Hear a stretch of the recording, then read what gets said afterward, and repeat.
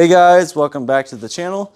So today we have a canister shell demo for you guys. These are the Epic Fireworks Destroyer shells. They are a maximum load 60-gram shell. They're 4 inches tall. I picked these up at Boomville Fireworks, located in Brookville, Pennsylvania. That's where I got these from. I was out in Pennsylvania doing some shopping this weekend and picked these up. I like how they come in these plastic sleeves. A lot better than boxes. They take up less room and you can fit more for shipping purposes, things like that.